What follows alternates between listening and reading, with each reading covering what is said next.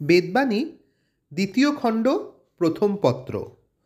লোক সকল স্ব স্ব ভাগ্যবশে প্রকৃতির তারতম্য অনুসারে এই মরভূমে অস্থায়ী বস্তুর প্রলোভনে আকৃষ্ট হইয়া দেহ গেহ সমাজের দ্বারা সুখী দুঃখী ইত্যাদি বিদ্যাবুদ্ধি লাভ করিয়া ওই প্রকৃতির গুণের দ্বারা পরিচালিত হইয়া থাকে। একেই কর্মভোগ বলিয়া জানিবেন। এই ভোগই ভাগ্য অনুসারে হয়।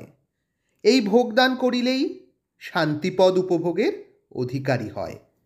মন হইতেই সুখ দুঃখ ভোগ হয়।